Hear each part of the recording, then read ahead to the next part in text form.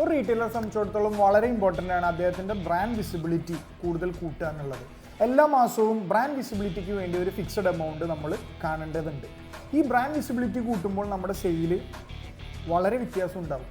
നമ്മൾ വിചാരിക്കുന്നത് ഒരു മാർക്കറ്റിംഗ് ഇല്ലാണ്ട് നമ്മുടെ കട തുറന്നു എന്നുകൊണ്ട് ആൾക്കാർ വരും എന്നുള്ളതല്ല. അതിൻ്റെ അപ്പുറം നമ്മുടെ ബ്രാൻഡിനെ എവിടെയൊക്കെ നമുക്ക് പ്ലേസ് ചെയ്യാൻ പറ്റും, എവിടെയൊക്കെ പേഴ്സണലി നമുക്ക് പ്ലേസ് ചെയ്യാൻ പറ്റും, എവിടെയൊക്കെ നമുക്കൊരു കൊമേഴ്ഷ്യലി നമുക്ക് പ്ലേസ് ചെയ്യാൻ പറ്റും എന്നുള്ളത് വളരെ നല്ല ക്ലിയർ ആയിട്ട് ഒരു ഫൗണ്ടറെ സംബന്ധിച്ചിടത്തോളം ധാരണ ഉണ്ടാവണം.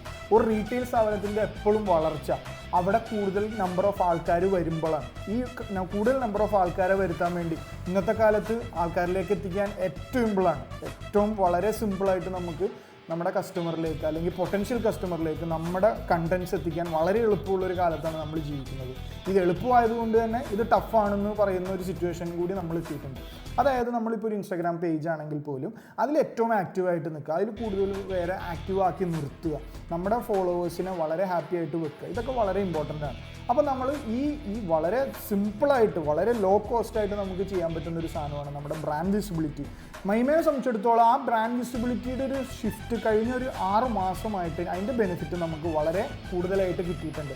പലപ്പോഴും പല ബ്രാൻഡ്സിനും പല നമ്മുടെ ഫ്രണ്ട്സിൻ്റെ ഷോപ്സിനും സെയിൽ കുറവാണെന്നും മോശമാണെന്നൊക്കെ പറയുമ്പോൾ നമ്മുടെ സെയിൽ കൂട്ടി 10%, 15%ഓളം നമ്മൾ സെയിൽ കൂടിയാണ് ഓരോ മാസം കഴിയുന്തോറും. നമ്മുടെ എഫേർട്ടിൻ്റെ ഭാഗമായിട്ട് തന്നെയാണ്, നമ്മുടെ ടീമിൻ്റെ എഫേർട്ടും എല്ലാവരും ഒരുമിച്ച് വർക്ക് ചെയ്യുന്നതിൻ്റെ ഭാഗമായിട്ട് തന്നെയാണ് ഈ ഗ്രോത്ത് ഉള്ളത്.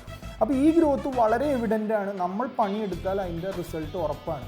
അപ്പോൾ ആസ് എ റീറ്റെയിലർ നമ്മുടെ ബ്രാൻഡിൻ്റെ വിസിബിലിറ്റി കൂട്ടുമ്പോൾ ഓട്ടോമാറ്റിക്കലി നമുക്കൊരു സക്സസ്ഫുൾ റീറ്റെയിലർ ആവാൻ വേണ്ടി പറ്റും.